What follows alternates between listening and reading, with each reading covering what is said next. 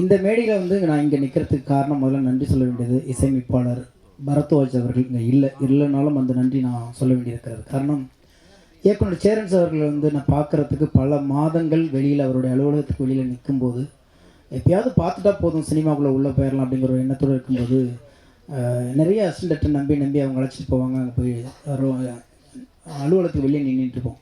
நான் பார்த்துட்டேன் கூப்பிடுவார் அப்படின்லாம் சொன்னாங்க. அப்படி ஒரு பல வருஷத்தை நான் இழந்திருக்கேன் அதில். ஆனால் அது எல்லாமே ஏமாற்று வேலைங்கும்போது இவரை பார்த்ததுக்கப்புறம் தான் தெரிஞ்சிச்சு.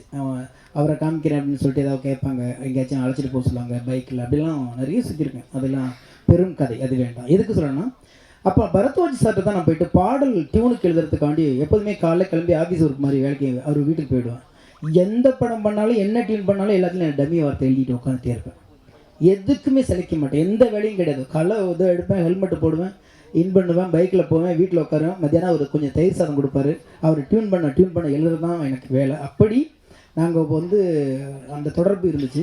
அப்படி இருக்கும் பொழுது ரகுமான் சாருடைய சசி ஸ்டுடியோன்னு ஒரு ஸ்டுடியோ, அப்போ உட்காந்து நாங்கள் டியூன் பண்ணிகிட்டு இருக்கும்போது தான் சேரன் சார் உள்ளே வர்றாரு. முதல் சந்திப்பு அவர்கிட்ட அறிமுகப்படுத்துகிறார். சார் இவர் வைரமுத்துட்டு இருந்தவர் சார், புதுசாக பாட்டு எடுத்து ட்ரை பண்ணிட்டு இருக்காரு சார், ஒரு பாட்டு கொடுக்க முடியுமா அப்படின்னாரு.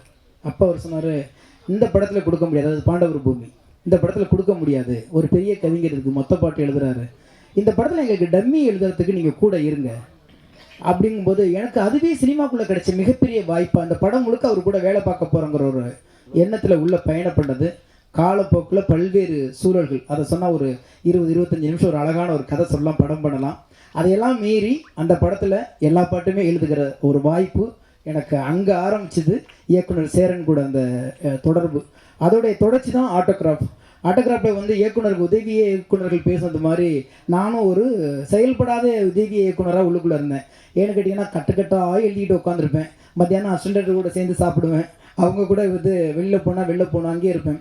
அப்படி எழுதி தான் வந்து இதில் வந்து ஒன்று வந்து பாவிச்சு எழுதியிருப்பார், ஒன்று அண்ணன் எழுதியிருப்பாங்க.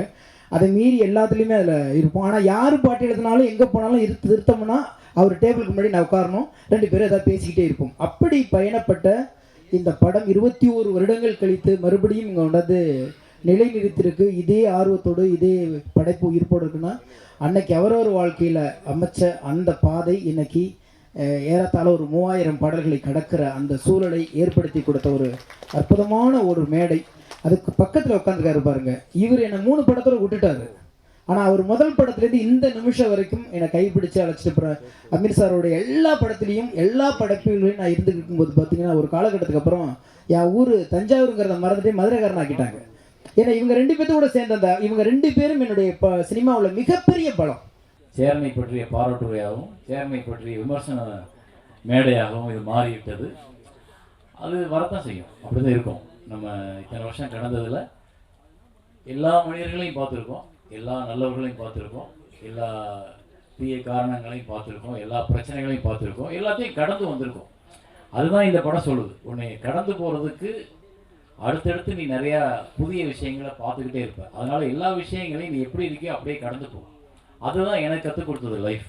நான் இப்போ என்னோடய உதவியாளர்கள் சொன்னதாக இருக்கட்டும், இல்லை அமீர் சார் பேசினதாக இருக்கட்டும், இல்லை நண்பர்கள் பேசினதாக இருக்கட்டும், மில்டன் பேசினதாக இருக்கட்டும், இப்போ எல்லாரோடையுமே எனக்கு கருத்து ஏற்படுறதுக்கு